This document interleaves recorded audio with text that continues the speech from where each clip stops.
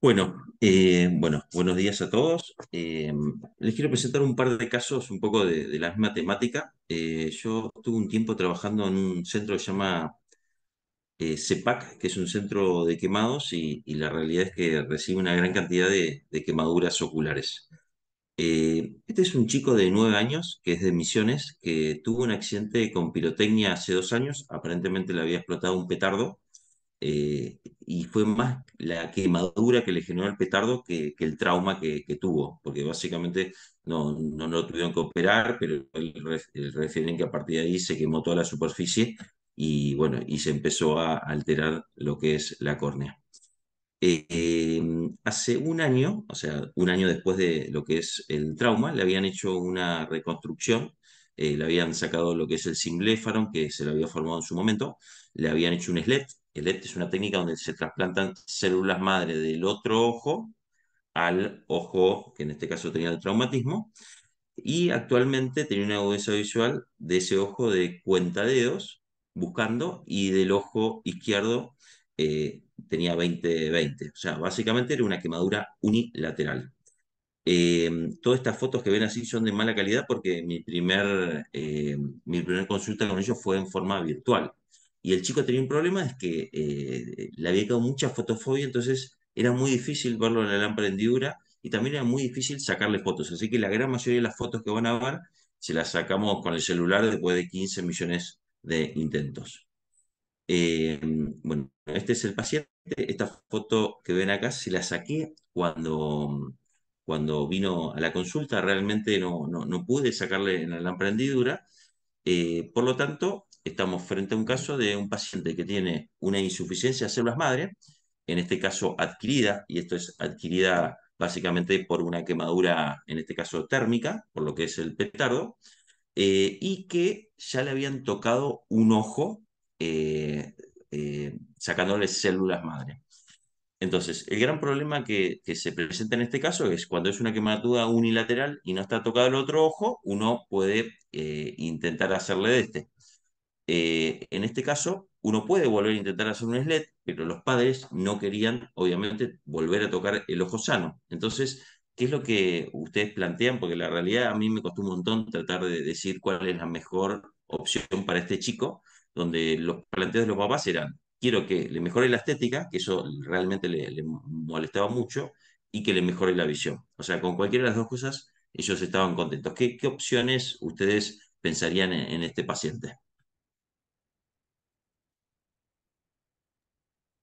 Y acá en Argentina no se puede, pero en otros lados del mundo se pueden cultivar células madre del ojo sano para después ponérselas eventualmente en el ojo quemado.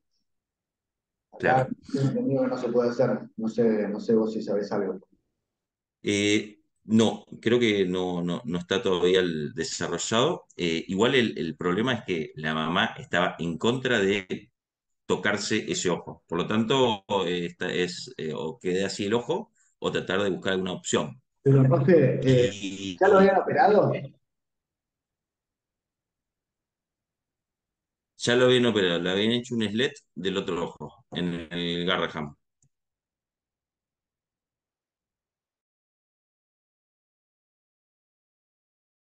Para mí, primero hay que O sea, mejorar. le habían sacado el cimbléfaro, Tiene, aparentemente la habían. no sé si está muy bien arreglado o cicatrizó de más, pero habría que arreglarle de vuelta el cimbléfaro. No tiene buenos fondos de saco, no está el ojo como para hacerle algo a la córnea, creo yo, no Bien, sé. bueno, eso es un planteo de hacer una reconstrucción en dos tiempos. Sí, es una opción.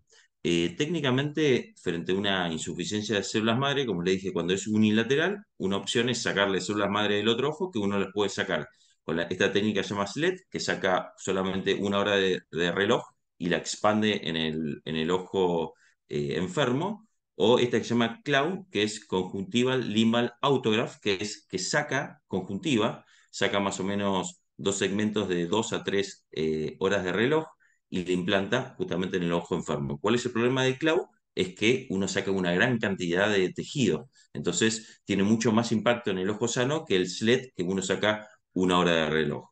Y en el caso que sea bilateral, no tenemos muchas opciones. Podemos ir a lo que es un donante familiar machado por HLA o hacer un trasplante básicamente de células madre de origen cadavérico. ¿Cuál es el problema de cualquiera de estas dos opciones? Es que intervienen justamente lo que es el rechazo, porque las células epiteliales, al estar más cerca del limbo, tienen antígenos de histocompatibilidad y tienen más riesgo de rechazo. Por lo tanto, en el caso que uno evalúe hacer un trasplante de familiar, tiene que empezar a machear los HLA y en el caso que hagamos cualquiera de estas dos opciones, el paciente tiene que tener una inmunosupresión o una inmunomodulación sistémica. Como le dije, el cloud es sacar más o menos 2 a 3 horas de arriba, 2 a 3 horas de abajo y se pone a nivel de lo que es el ojo enfermo. Tiene buenos resultados, pero saca una gran cantidad de células madre, cosa que actualmente con las técnicas de SLED uno tiene menos impacto a nivel de lo que es por lo menos las células madres del ojo donante. Entonces, la técnica esta SLED consiste en sacar un pequeño fragmento del limbo. Fue descrita por Sangwan hace casi 10 años y consiste en sacar un pedacito de las células madre, limpiar bien la córnea receptora, implantar una membrana amniótica, cortarla en pedacitos. Estas células epiteliales que se sacan de lo que es la córnea donante y se implantan en estos pedacitos y después se pone una lente de contacto. Entonces, yo lo que planteé hacer en este paciente es hacer un SLED machado por compatibilidad HLA. O sea, lo que traté de hacer es machear con antígenos de histocompatibilidad a los familiares y tratar de ver cuál era el mejor donante. Yo hace 15 años que hago trasplantes, nunca en mi vida había macheado nada, por lo tanto esto fue para mí completamente algo nuevo y tuve que ir a los inmunólogos que en el hospital hacen trasplante renal para que me ayuden porque realmente no sabía cómo se hacía. Por lo tanto, un poco la receta de cocina es esto. Hay un centro que se llama PRICAI, que es un centro de inmunogenética que está dentro de la Fundación Favaloro, donde uno puede machear y por los trabajos, que son estos trabajos que están acá, los HLA que uno debería machear son estos, el AB, el DR y el DQ, y por otro lado, uno tiene que hacer también esto que se llama cross-match, que es que enfrenta básicamente los anticuerpos de tanto de los familiares con lo que sería el receptor y justamente al revés, para tratar de ver si hay algún tipo de anticuerpos cruzados entre los familiares. Técnicamente, este es el niño, estos son los HLA, esta es la mamá y este es el papá. Lo que se hizo con la tipificación del HLA, se trató de ver quién tenía más HLA en común y básicamente se vio que la mamá tenía 4 en común y el papá tenía 2 en común. Por lo tanto, la mejor donante para todo esto es la mamá. Y después hizo esta cross-match que es para tratar de ver si hay anticuerpos en alguno de lo que son donantes y receptores que dio negativo. Para que tengan una idea, estos estudios los pedí el año pasado, más o menos a esta altura, creo que era octubre o septiembre, y por donante esto más o menos costaba 150.000 pesos. Así que es bastante costoso. Actualmente debe haber aumentado, así que a medida que ustedes agreguen familiares, realmente aumentan los costos y está muy bien organizado en todo el país. O sea, en todo el país hay laboratorios que sacan sangre y se la envía acá al PRICAI. O sea, para cualquier paciente, este paciente era en Misiones y no viajó para hacerse eso, se sacó sangre en Misiones y mandaron la sangre justamente a este centro. Más o menos tarda un mes todos los resultados. Entonces, lo que le hice a la mamá fue sacarle este pequeño fragmento de células epiteliales. Normalmente se saca una hora un milímetro. En este caso traté de sacar más o menos 1,5. Este caso de insuficiencia de células madre me parecía como bastante severo. Entonces, contra más células tenía, mejor y con 0,5 más de células que le saque a la mamá no iba a tener problema. Cuando uno hace esto, es importante tratar de evaluar bien a los donantes para tratar de ver que no tengan ningún factor de riesgo, ninguna alteración en las células madre, porque obviamente esto puede generarle algún impacto en el caso de que la paciente tenga alguna alteración de la superficie ocular. Y lo que se hace es, se hace una disección de lo que es la conjuntiva, se trata de ir con el crece tratando de ir por el estroma superficial y lo único que uno tiene que sacar es el limbo, o sea, un poquito de lo que son las células a nivel de lo que es la transición entre la conjuntiva y córnea y uno avanza un poquito sobre lo que es la córnea, siempre que sea bien superficial. O sea, imagínense que las células epiteliales están a nivel de lo que es el epitelio, por lo tanto no tienen que hacer una disección profunda. Y esto es como queda el paciente después. Realmente esto no tiene impacto en lo que son las células madres y el paciente sano, y tampoco tiene impactos refractivos. O sea, eso es algo que ustedes tienen que darle seguridad a los familiares que lo hagan, porque si no, todo el mundo en general se asusta en estos casos. Perdona, Es lo que ¿qué le, recaudo tomas para tener como referencia el limbo del, del autoinjerto, del injerto que sacas? Porque lo tienes que poner en determinada posición. sí, mira, vos decís después cómo me doy cuenta si es el lado de arriba o el lado de abajo del epitelio. Sí, o el lado de fondo de saco o el lado del limbo. Bien, no, porque justamente esta técnica lo que hace es, ahora cuando te muestre, lo vas a ver bien, es a ese cuadradito lo corto en muchos pedacitos y lo disemino todo por lo que es la córnea. O sea, no importa si es de un lado o del otro, no importa tampoco, en teoría, si las células están del lado de abajo o del lado de arriba, porque vos lo que haces son pequeños niditos de células epiteliales que van creciendo. O sea, no importa la polaridad limbar en este caso, porque justamente lo que estamos haciendo es sacar células madre de un ojo y expandirlo in vivo en la superficie del paciente. O sea, es como un cultivo celular, pero en vez de hacerlo en un laboratorio, lo haces en la propia superficie del paciente. Bueno, como dijo Pato, acá creo que una de las cosas importantes es hacer una buena toilette y una buena reconstrucción de lo que es la superficie ocular. Se puede hacer en dos tiempos. Yo, como es chico, traté de ver si podía hacer todo en la misma, pero lo que hice fue sacar todo lo que es el cimbléfano inferior. Saqué, bueno, en este caso estoy sacando lo que es todo lo que es el crecimiento fibrovascular de lo que es la córnea. En estos pacientes que ya están operados, el gran problema que tenés es que uno no sabe bien el espesor. Yo tenía una imagen de un OCT que tenía más o menos 350 micras, cosa que por experiencia les digo que a veces conviene dejar un poquito de opacidad a nivel de la córnea y no seguir profundizando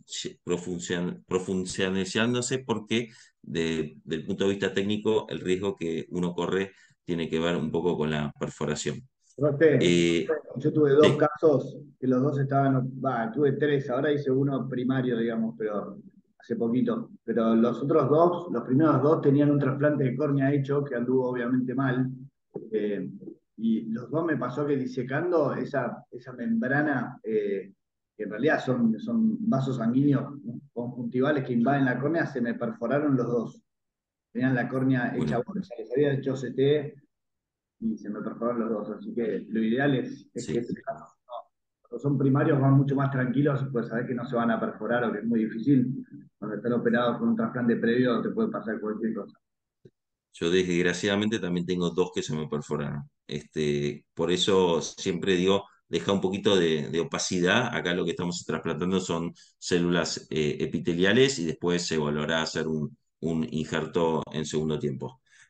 Por lo tanto, en este caso, contra menos saquen, mejor porque la perforación es frecuente. Y eso que ven ahí, esas esponjitas, es mitomicina C que le pongo a nivel de lo que es subconjuntival. ¿Por qué? Porque justamente lo que estoy haciendo es sacando un poco lo que es el simbléfano, y si no pongo la mitomicina, lo que termina pasando es que tiene como una mayor riesgo de lo que genera una proliferación fibrovascular. ¿Eh? Por eso antes me dijeron que en la córnea ponía ese gel, que es básicamente un gel de alguna sustancia como acrilar o recugel. Siempre que saco algo, más cuando tiene un simbléfano, a mí me gusta poner algo, lo ideal sería tener conjuntiva, inclusive se puede sacar conjuntiva del otro ojo, pero en este caso lo que hice fue un implante de membrana amniótica, una membrana amniótica pegada con adhesivo, y acá está la parte importante de lo que es el procedimiento, que es implantar una membrana amniótica sobre la córnea, donde ya en teoría han sacado un poco todo lo que es la fibrosis.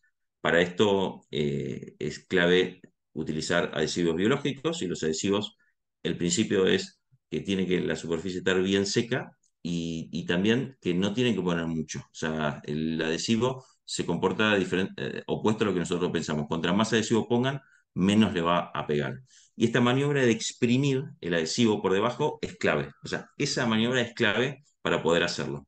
Y acá está un poquito la pregunta del doctor que había preguntado, es, acá lo importante es cortarla y ponerlas. Es más, cuando uno las corta, o sea, uno trata de ponerla a la derecha, las células epiteliales, pero la verdad que se van rotando y uno las pone como puede. Y el objetivo es poner las células por afuera de lo que es la zona central de la córnea para tratar que a través de estas células se empiecen a expandir. Acá lo que le estoy poniendo es una gotita de adhesivos, justamente para tratar de pegar estos nidos de células epiteliales al nivel de lo que es la superficie ocular. Técnicamente es una cirugía bastante simple, lo único que uno tiene que tener mucho precaución, una es a la zona de la disección por la perforación y otra es en el manejo de estas células epiteliales. Este es el paciente en el primer día, donde pueden ver un poco la congestión, el GEIS estromal, la membrana amniótica. Acá están los nidos celulares. Esto es clave. Esto es al paciente, o sea, se va con un lente de contacto y generalmente a los 5 o 7 días yo le saco el lente de contacto y empiezo a ver cómo las células, fíjense que a diferencia de un paciente normal que la córnea cicatriza desde el limbo hacia el centro, fíjense cómo este al revés. Uno ve los nidos epiteliales y fíjense cómo estos nidos epiteliales empiezan a mandar células y empiezan a generar una epitelización más desde el centro hacia lo que es la periferia. Este es el paciente creo que era a la semana. Y esto es importante, poder tratar de entender un poquito qué es lo que hicimos. O sea, acá tenemos el estroma que le había quedado al paciente, fíjense que eran 250 micras y si buscando le puedo decir que había lugares mucho más finos. Acá está la membrana amniótica, acá está el nido de células, y ustedes lo que ven por acá adelante tiene que ver un poquito con este crecimiento de las células epiteliales a nivel de lo que es el estroma corneal. Realmente es una técnica que da muy buenos resultados, pero les digo, la clave es tratar de proteger bien estas células epiteliales. Al tercer mes, la córnea estaba un poquito más clara, no había formado simbléfano, y este paciente, como era de Misiones, la realidad que los controles no eran tan fáciles, y como este paciente tiene un trasplante de células epiteliales, fue manejado con una inmunomodulación sistémica. Se dio corticoides y tacrolimus antes, durante, a esta altura ya se le habían suspendido los corticoides y quedó con una dosis de tacrolimus baja. Y este paciente lo vi, esto fue un poco menos de un año en la cirugía, lo vi el mes pasado, que la verdad lo veo medio espaciado, y a pesar de que ha mejorado el paciente y que tiene mejor estética, todo, le cuesta mucho, realmente le molesta mucho la luz, por lo tanto las fotos que ven son más bien de celular, que le saco a nivel de lo que es la consulta. El paciente ve más o menos 2 décimos. ¿Por qué? Porque la córnea quedó con una ectasia, o sea, la córnea está con un espesor de 250, 200 micras, y realmente esto no le genera una buena calidad visual, pero le mejoró lo que es la estética y le mejoró las células epiteliales. El gran problema de estos casos tiene que ver un poco con la supervivencia de estas células epiteliales en el tiempo. La verdad no tengo mucha experiencia. El objetivo y un poco lo que hablamos con los pediatras es mantenerlo con una dosis baja de tacrolimus por lo menos durante un año más. Pero bueno, es un tema en estos chicos manejar lo que es la inmunomodulación y tratar de hacerle entender a los papás la relación costo y beneficio de cada una de las cosas. No sé si alguno tiene alguna pregunta. No, yo tengo una. Escuché una técnica nueva que hay también sobre trasplante de células de limbo, pero cultivadas, ¿puede ser? ¿Que las cultivas? Sí, sí, hay Sí, es un trasplante que la verdad por lo menos yo no tengo experiencia. Acá en Argentina, por lo que tengo entendido, no se hace, que se sacan las células epiteliales, se cultivan y después se vuelven a implantar. Vos, Pato, sabés un poquito más sobre el tema. Yo la verdad que No, no no, sé más que la teoría. no, yo lo que quería acotar era que por la experiencia personal mía y por lo que hablé con colegas, es como que los resultados de los primeros trabajos fueron como muy espectaculares. eh, y la realidad no sé si están así. Son resultados buenos, o sea, podés esperar que el paciente mejore. De hecho, tu paciente está muchísimo mejor que antes. 2 décimas es un montón para lo que eres, y ojo, es un montonazo. Sí, Eh, pero no es que la cona está recontra clara y que les va bien. no. Yo el primero lo voy a hacer. Acá tiene vascularización, o sea, la verdad que zafa, está bien, pero bueno, como decís vos, esto probablemente en algún segundo momento puede requerir algún tipo de trasplante.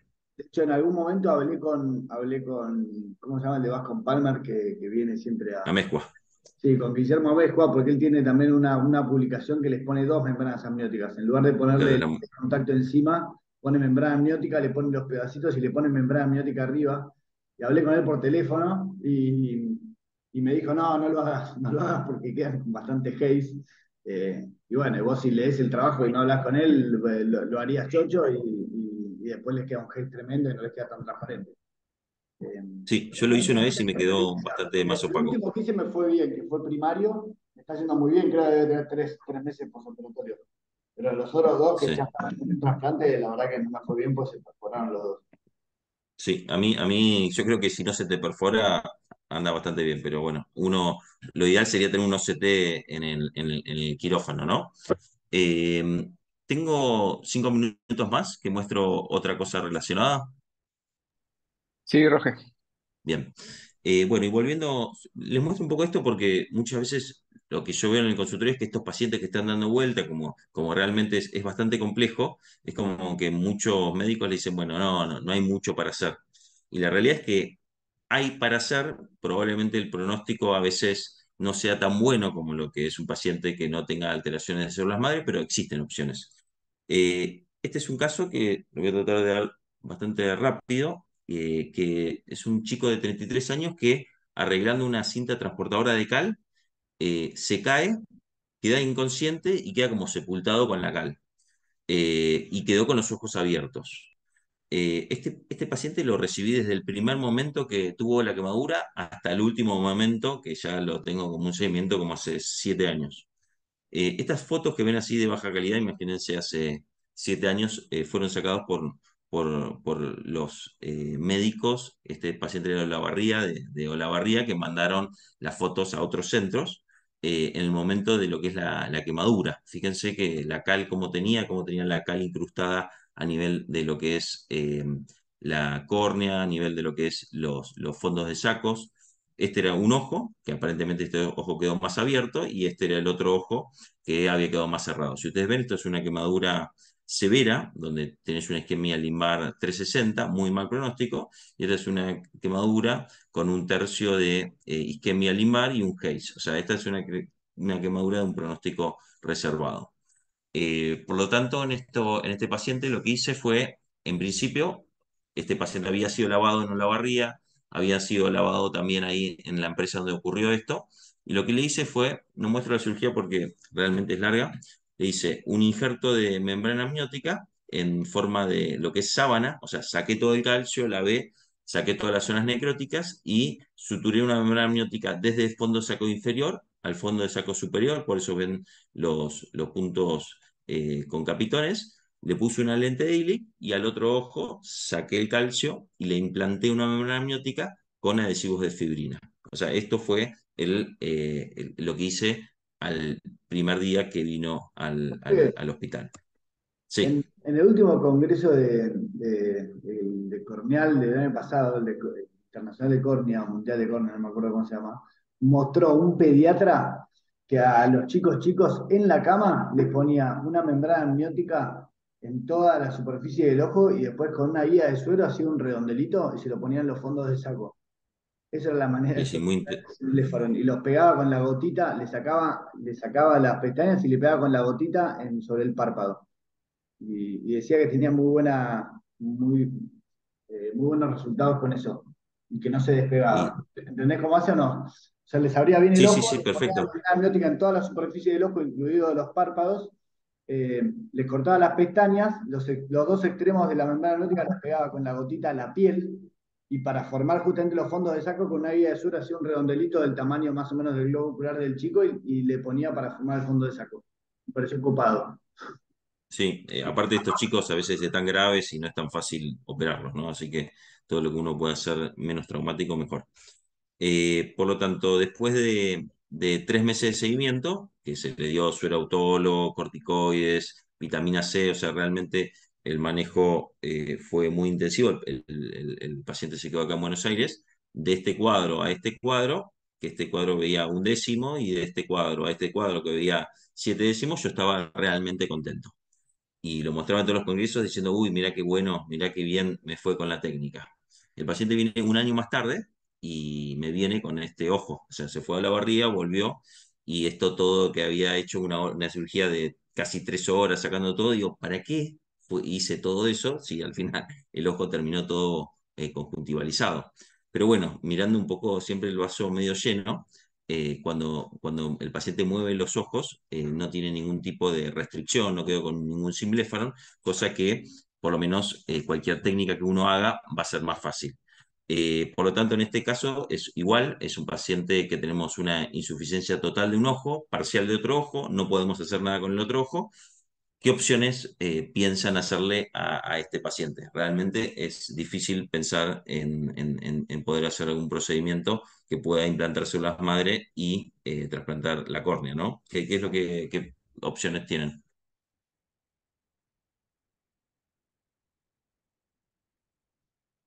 Bueno, yo la verdad que no sabía y me puse a investigar. Lo que hice fue una técnica que se llama limbo-queratoplastia. Es una técnica donde uno trasplanta limbo y córnea al mismo tiempo, saca todo lo que es la conjuntiva, pone mitomicina C y arriba pone una membrana amniótica. La cirugía es rápida, es 1 minuto y medio. En estos casos se hace una peritomía 360, se saca todo lo que es la conjuntiva de la córnea y toda la conjuntiva alrededor.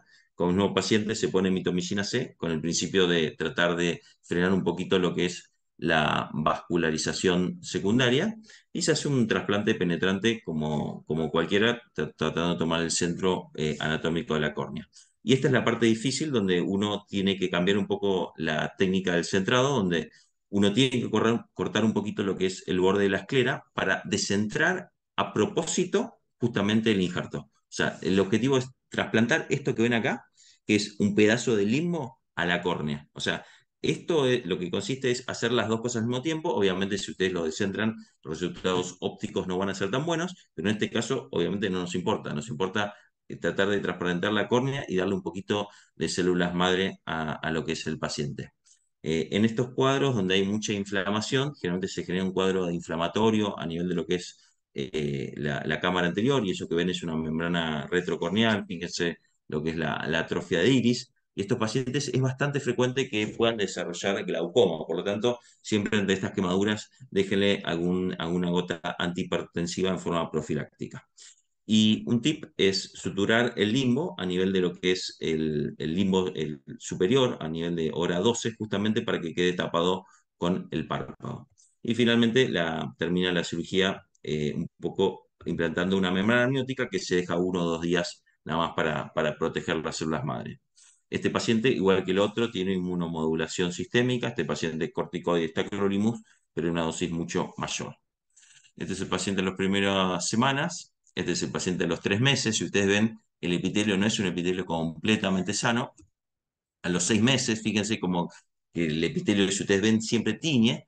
Y después de 4 años me ha generado algunos depósitos de calcio. Eso me habla de que el epitelio no es de excelente calidad, pero todavía no se me ha vascularizado. Es normal que se vascularice el limbo, porque esto lo normal es que esté vascularizado. Y con un lente escleral llega a 20/50. Por lo tanto, este paciente lo sigo. Yo creo que en algún punto este epitelio se va a caer y no sé si le voy a terminar haciendo si la córnea está bien, un trasplante de células epiteliales de algún familiar, pero puede ser una opción para estos casos donde uno no tiene mucha opción O también la otra opción es una queratoprótesis, pero bueno, el problema de las queratoprótesis tiene que ver con el tiempo de duración. Roge, ¿tuviste en cuenta algo del injerto o lo tomaste como un injerto normal y de paso agarraste limbo para elegir la córnea? ¿A qué te referís? No sé cuántos días tenía, qué edad tenía el donante, ese tipo de cosas. Mira, estos casos, lo importante es que la córnea sea lo más nueva posible. O sea, siempre que trasplantes células epiteliales, tiene que ser lo más, o sea, contra menos días tenga, mejor. Porque las células epiteliales, viste que cuando viene una córnea afuera, que ya tiene 7 10 días, está todo el epitelio destruido. Bueno, esto es justamente lo opuesto. Tiene que ser una córnea bien nueva, porque lo importante acá es el epitelio. Muy buena pregunta.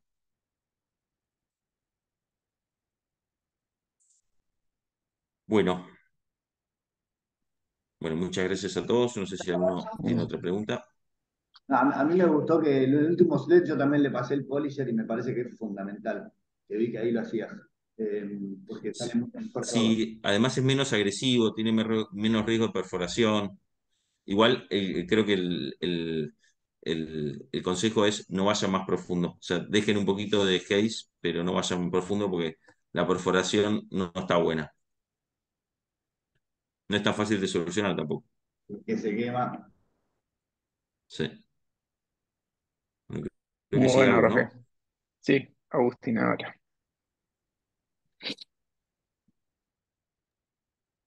Buenos días a todos.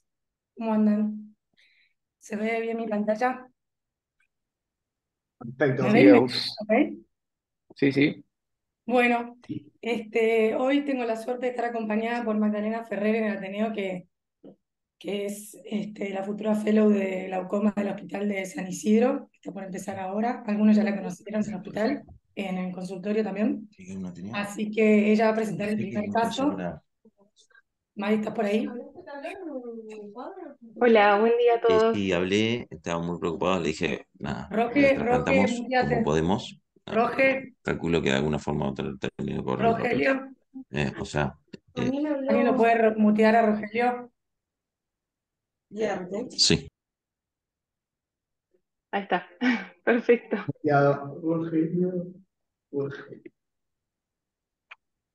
Bueno, buenos días a todos. Muchas gracias por la oportunidad de estar acá. Y hoy con la doc vamos a traer un par de casos clínicos.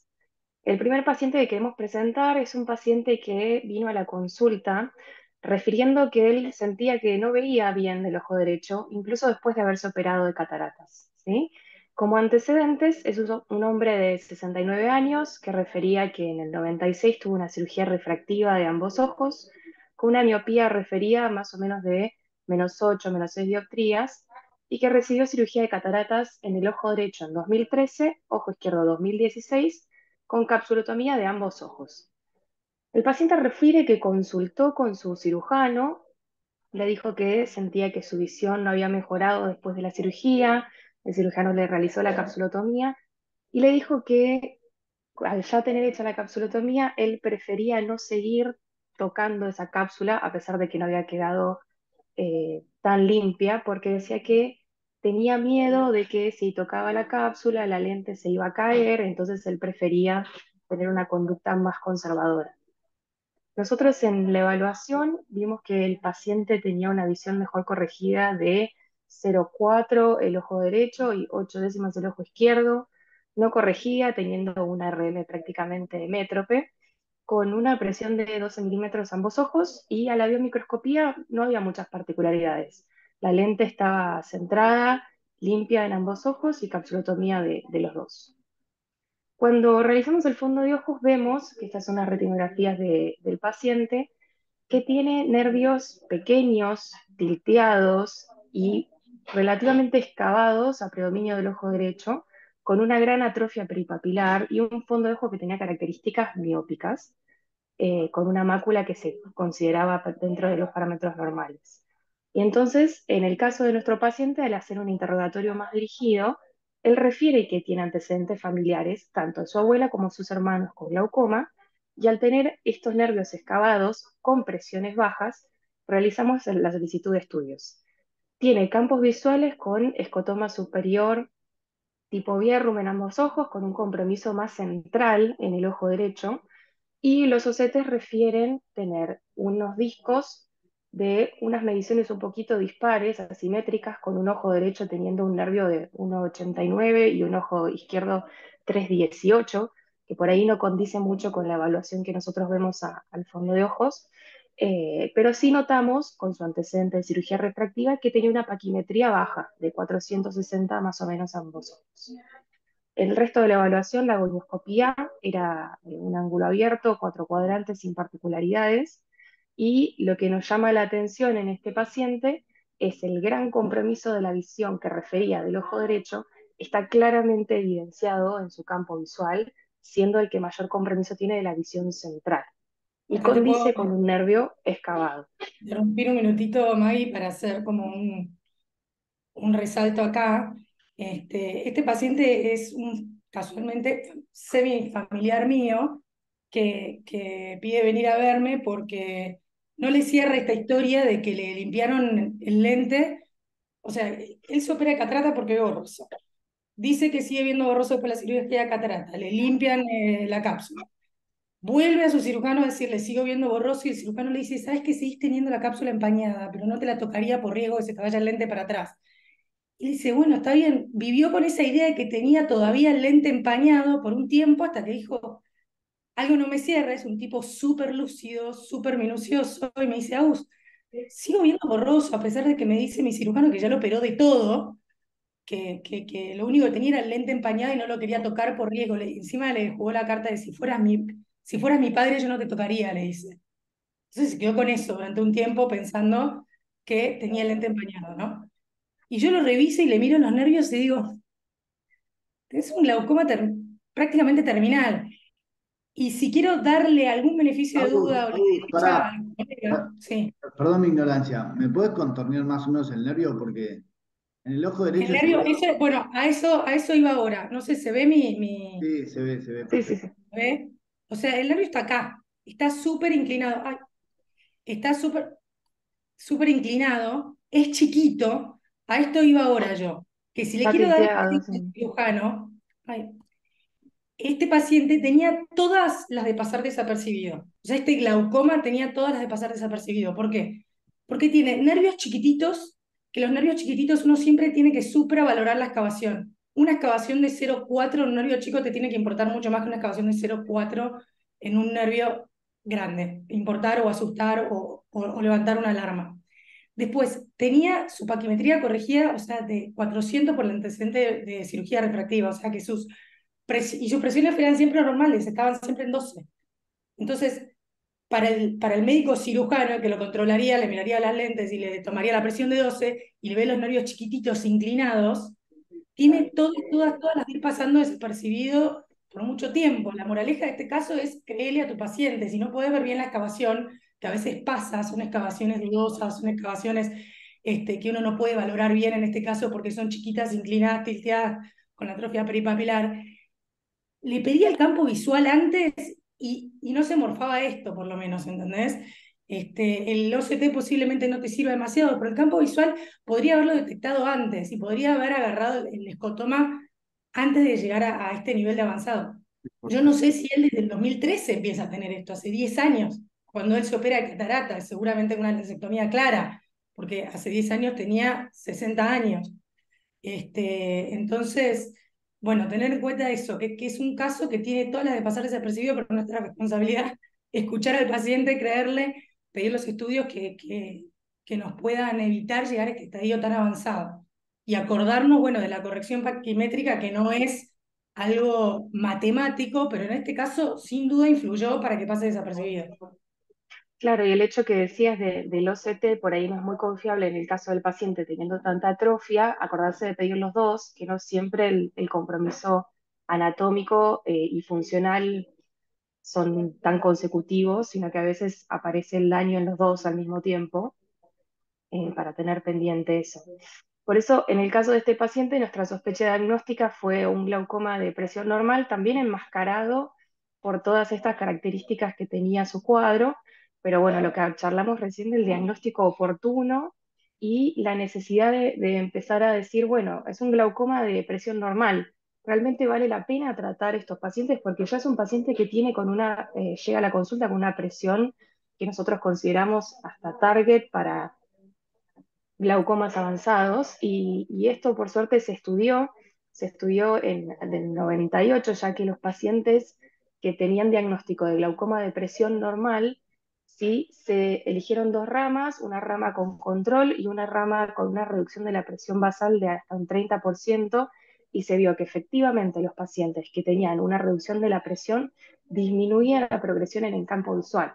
Nosotros sabemos que los pacientes con glaucoma de presión normal suelen tener defectos del campo mucho más centrales, más focales y más profundos que el glaucoma de primario ángulo abierto, y que es probable que sigan progresando a pesar del tratamiento, pero realmente tomar una conducta y qué conducta tomar para bajar la presión suele tener un beneficio y al menos es una tranquilidad porque a veces el Te hago una oftalmólogo mini general corrección ahí, dice, Maggie, ¿no?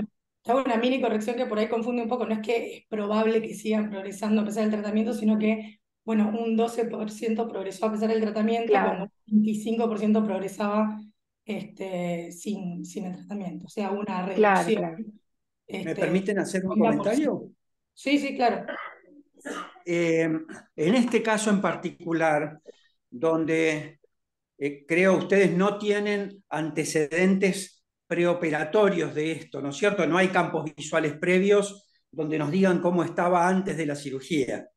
Nada. Quiere decir que por el daño que tiene, es muy probable, como dijo Agustina recién creo, que este daño sea preexistente, obviamente, y no sea algo nuevo. El paciente no vio ahora, pero porque la mala visión no era sobre todo por la catarata, sino por el daño glaucomatoso. Ujú. Entonces, no estoy tan seguro si es un glaucoma de presión normal o bajó después la presión, después de la cirugía, y ahora se está subvalorando. Es muy difícil Sí, es la un pseudo, paquimetría en porque, un operado, viste que Claro, no es aritmética como es en el no operado, porque cambia un poco la elasticidad de la córnea, no es lo mismo, no es para tomarlo taxativamente a ese espesor corneal, como para tener un patrón. Pero lo que diría es que ese paciente tiene un glaucoma previo, obviamente, no estaría tan seguro si no tuvo presiones más altas en el pasado. Entonces, que en los miopes es muy difícil valorarlos y buenísimo que tengan ahora esos campos visuales porque de ahora en más se puede seguir. Que con el daño que tiene igual 12 sería ideal apuntar a bajarlo un poco, pero bueno, creo que hasta ahí llega la cosa, ¿no es cierto? Antes de tildarlo solo como presión normal. es un pseudo precio normal, porque tal cual, si uno lo corrige por la paquimetría, quizás es un 17 en vez de un 12, y ya estamos más cerca del límite, es Sí. más lo que se puede haber bajado en la cirugía, por supuesto, pero lo que nos llega hoy Es es un un daño glaucomatoso. tension-like glaucoma, que tiene 12 de presión medible, con un daño en el campo visual, y lo único que yo le puedo modificar de todas las variables es la presión. Por supuesto que yo no sé a qué valores de presión hizo el daño, si fueron antes de la cirugía, en cuánto tiempo lo hizo, no tengo nada, pero con las herramientas que tengo, la única que me queda es bajarle la presión y decir cómo se la bajo. Y ahí está también este otro paper, ¿no? Que te defiende el uso. Pues, ¿estás ahí, Maggie, para seguir? sí, perdón, estoy apagando la cámara para que no pierda la Dale, conexión. dale. Pero sí, nosotros también evaluamos cuando tenemos un paciente de presión normal, cuál es la elección terapéutica. Nosotros sabemos que hoy en día primera línea son las prostaglandinas, otro tipo de colirios, pero en su momento se estudió la posibilidad de que, como la brimonidina in vitro había sido evaluada como neuroprotectora, se quiso evaluar en comparación con cuál era la primera línea en ese momento, que era el timolol 0,5, y se evaluó una significativa diferencia ante el tratamiento de pacientes con glaucoma de presión normal en la progresión del campo visual. O sea que o la brimonidina es protectora o el timolol es significativamente una mala elección para estos pacientes, porque ambos en la consulta referían similares valores de PIO promedio, y a pesar de que la brimonidina tenía más incidencia de efectos adversos, se vio que la progresión del daño en el campo visual era peor en los pacientes tratados con timolol, y se cree que tiene que ver en parte con el origen de lo que se cree que es el glaucoma de presión normal y la desregulación vascular que a veces participa, siendo que el timolol podría estar contraindicado por generar hipotensiones nocturnas o variabilidades de la presión sistólica y diastólica. Por último, también tenemos que tener en cuenta que en la actualidad tenemos también disponibilidad de tratamientos no solo colirio, sino también el SLT, que ya vamos en el 6º año de resultados del estudio LIGHT, que evidencia que el tratamiento de pacientes vírgenes, tanto hipertensos oculares como glaucomas primarios, como el SLT como primera intervención, es clínico y costo efectivo, teniendo una excelente disminución de la presión similar al uso de gotas, sin los efectos adversos e incluso a más años que va realizándose el seguimiento de estos pacientes, se va evidenciando que es mayor la progresión del daño y la necesidad de gotas en los pacientes, la necesidad de cirugía, perdón, en los pacientes que usan gotas, con respecto al cuadro de los pacientes que usan SLT. Incluso se ha dado la posibilidad a los pacientes que elijan cambiar de rama y la verdad que hay muy buenos resultados. Por otro lado, tenemos en cuenta de que el glaucoma de presión normal hay un origen multifactorial, hablamos de susceptibilidad genética, esta desregulación vascular, este gradiente de presión translamina cribosa que puede llegar a influenciar lo que es la presión de perfusión del nervio. Entonces hay muchas otras medidas que nosotros podemos tener en cuenta, como hacer un screening cardiovascular completo, polisomnografía, la disminución de actividades diarias como por ejemplo el tabaquismo, que pueden generar trastornos vasculares, y también se pueden tomar conductas un poco más dirigidas como indicarle al paciente realizar ejercicio, suplementos vitamínicos de nicotinamida, está descrito la meditación como forma de regulación de un poco la fluctuación de la presión, así que a pesar de tener demostrado que bajar el 30% de la presión tiene un beneficio en la progresión, hay otras conductas que se pueden tomar como coadyuvantes para tener un tratamiento más integral. Así que muy bueno el caso para tener una consulta y seguimos con el próximo. Muchas gracias, Maggie. El siguiente caso también nos llegó hace poquitas semanas. Es un hombre de 60 años que refiere episodios de disminución abrupta de la visión que se autolimitan en 3 a 4 días. Me lo mandó Pato, ¿no?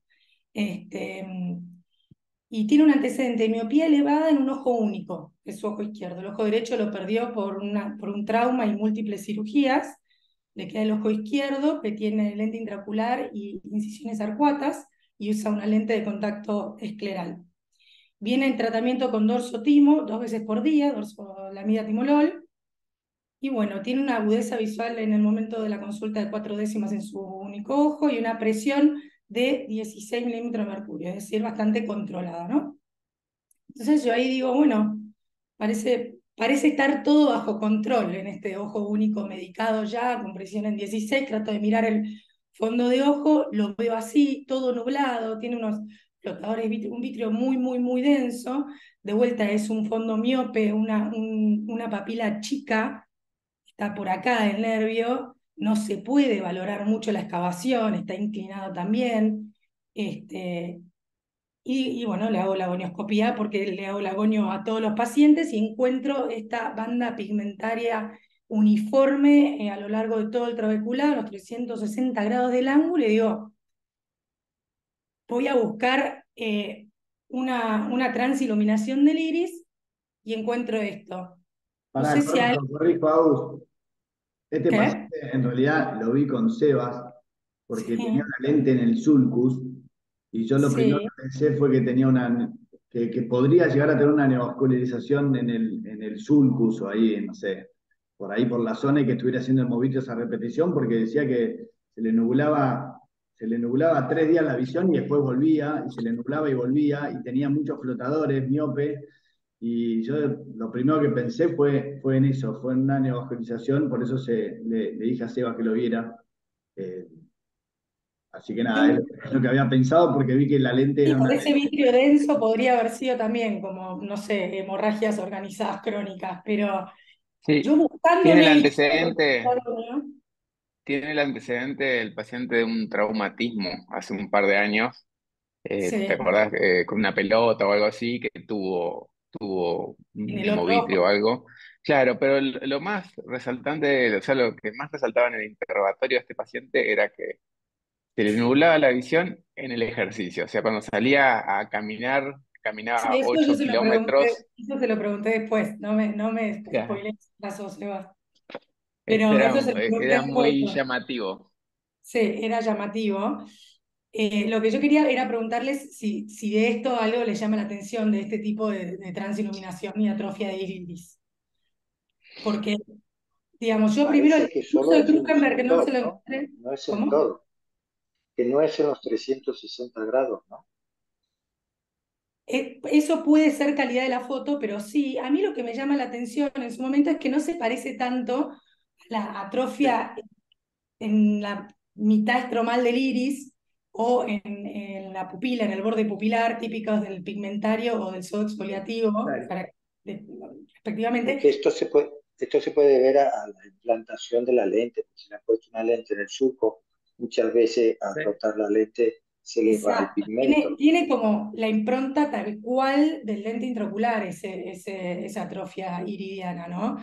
Entonces, Y luego lo que se veía en el trabeculado es un pigmento que no llega a ser como glaucoma pigmentario.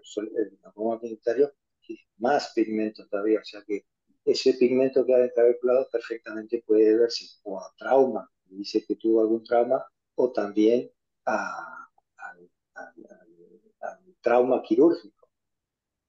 No, pero esto es compatible, si bien es perfecto para hacer diagnóstico diferencial con glaucoma pigmentario o síndrome pigmentario, en realidad también, y es muy probable por la distribución de la atrofia, es que sea una dispersión pigmentaria por la lente. claro, Las lentes planas no son ideales para el surco, de hecho están contraindicados para el surcus. Entonces, ¿por qué? Porque normalmente te pueden generar esto, una atrofia pigmentaria, y después hace un bloqueo pigmentario del trabeculado como si fuera un glaucoma pigmentario, pero es secundario al trauma de la lente. Este tenía una lente ahí 3 piezas, seguro. tenía una lente de 3 piezas, yo le hice No un parece por Anterion, la VM. no, tiene un Anterion, sí, es de 3 piezas, vos ahí en la foto, en el videíto se ve la patita. 100% Eh, seguro, tengo fotos. Ahí se ve, en el video lo ven en este momento, acá se ve la Sí, áptica. tenía Este, lente, corteza, un montón de cosas. Sí. tiene acá atrás algo que pareciera ser corteza, que puede estar empujando un poquito para adelante. Este Anterior de cámara anterior, de segmento anterior, está sacado con la pupila dilatada y aún así le vemos el franco contacto entre el lente intraocular y la cara posterior del iris. Yo estoy segura que esto sin dilatar había mucho más contacto en casi toda la Sí. extensión del iris. Este, Esa se así comporta, que sí, se comporta como una pieza, porque está demasiado horizontal ahí. El ideal, sí, lo como que decís vos, tiene habría que hacer una VM sin dilatar y ver cómo se está comportando, porque obviamente está raspando. Sí, está yo creo que raspando tiene más que ver. seguro y tiene estas puntas no romas el lente, como cuadradas, que generan mayor dispersión de pigmento. Tiene Y es más una que ver lente con la miopía elevada para mí. Esa lente es como que biconvexa, está bicóncava. suelta. Claro, bueno, es bien cóncava hacia abajo acá. Está como la punta apuntando directo al iris. Es una lente bien miope. Bueno, el punto es que sí, ahí yo recién ahí le pregunto y me cuenta que asocia sus episodios de visión nublada a caminatas de 8 kilómetros previos a eso, a la visión nublada, y dice que en ese momento el ojo se le pone duro. Entonces, por supuesto que la sospecha diagnóstica es la dispersión pigmentaria por contacto con el lente, y la pregunta es qué hacer con este ojo único, con antecedente de trauma, con miopía elevada. Lo tocan, le cambian el lente de lugar, no hacen nada, digamos, ¿qué harían ustedes con este caso sabiendo que está generando esta dispersión de pigmento, que está generando estas crisis. Yo haría una VM primero para ver si no hace algo de bloqueo también. Yo tuve una paciente que habían operado en la Austral y que tenía una serie de problemas secundarios a esto mismo, porque estaba en el sulcus, y le hice una iridotomía, una IP, Sí. pero guiado por la VM, a ver si había algo de bloqueo. Con la IP se profundizó un poquito más el espacio entre el iris y la lente y dejó de raspar. Bueno, el La otra, paciente, por supuesto, es agregarle algo de pilo, pero en un yo miopé. apunté a ese lado, lo primero que le dije fue hacer una idiotomía porque me pareció lo más inocuo. Le expliqué que por ahí no servía, pero que ya si lográbamos disminuir un poquitito el contacto irido lenticular y disminuir un poco la dispersión de pigmento, por ahí lográbamos, aunque sea retrasar la llegada de su glaucoma pigmentario. Y por ahora mi conducta fue esa, empezar por la idiotomía, tratar de prevenir el bloqueo inverso y ver. Después la verdad es que también está la opción de por ahí combinar eso con un tratamiento dirigido de las crisis, si va a salir a caminar que se ponga una brimonidina antes y probar, hacer una cosa medio artesanal. También pensé...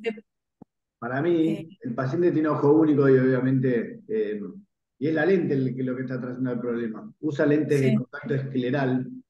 Ujú. Entonces, la verdad que esa lente tampoco está recontra agarrada. Para mí esa lente la sacás bastante fácil y chau problema, digamos. Esa es la opción de dejarlo apáquico, porque lo tenés que hacer una vitrectomía y después usar lente escleral, eso también lo pensé, pero La lente si escleral, primero que es un miope alto y que probablemente quede bastante cerca de la hemetropía. Y segundo, sí. tiene que usar lentes esclerales porque tiene la cornea ectásica, así que lentes esclerales va a usar y le va a corregir la afasia también, así que no creo que sea Lo un problema pensé, de pero detectar. tenés que hacer una vitrectomía, no es solo sacar el lente. Sí, ¿Puedo hacer un bueno, comentario? Mira, es muy raro que una lente, que existe, que una lente traiga inflamación, sobre todo el roce. Yo he visto en algunos casos que el roce del iris, ya sea en la lente o en lo que haya a mano, en algún momento puede traer dolor.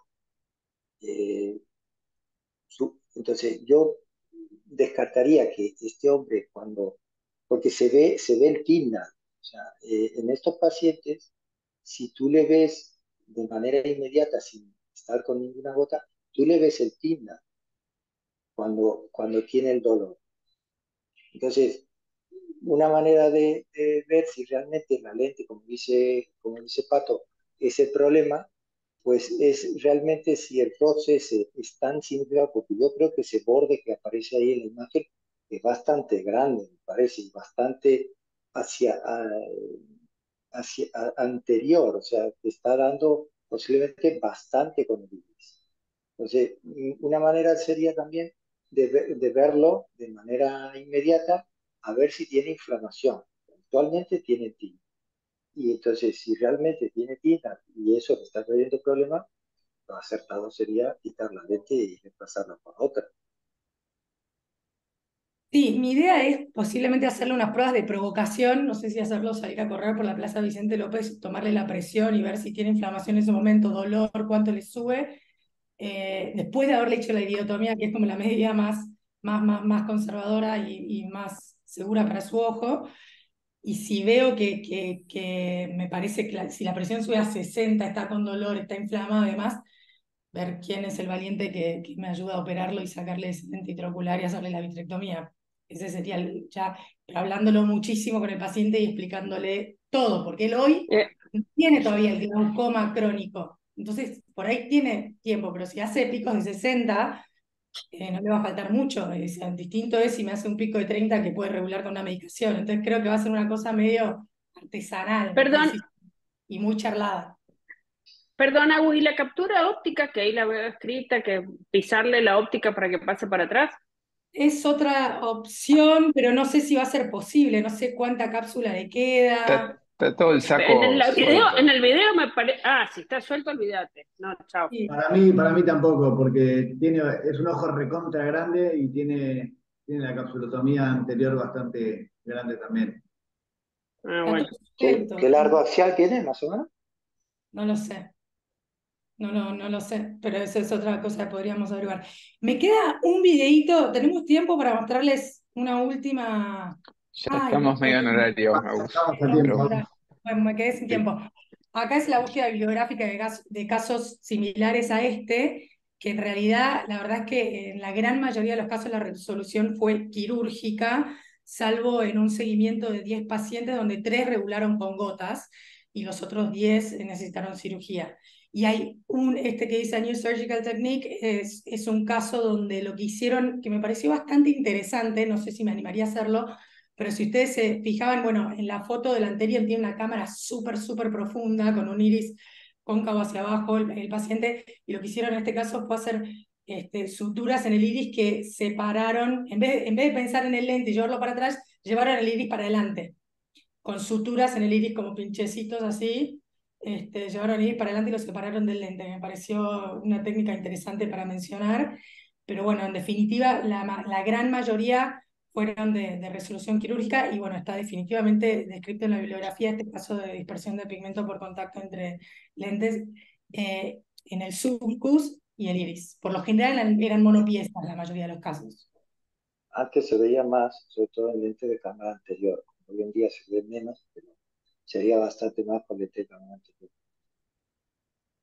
Así que bueno, me queda mostrarles el implante de Paul para la próxima. Les quería contar un poquito sobre este nuevo dispositivo de drenaje que se está poniendo acá, que me parece bastante prometedor. Pero bueno, si no tenemos tiempo, queda para la próxima. La próxima, Agustina, mira, ya tenés. Perfecto, Agus. La Ya tengo armado próxima el próximo Ateneo. nos mostrás. Que tengan un gran día, suerte. Nos vemos. Gracias. Abrazo a todos, hasta luego. Buen día. Adiós, adiós.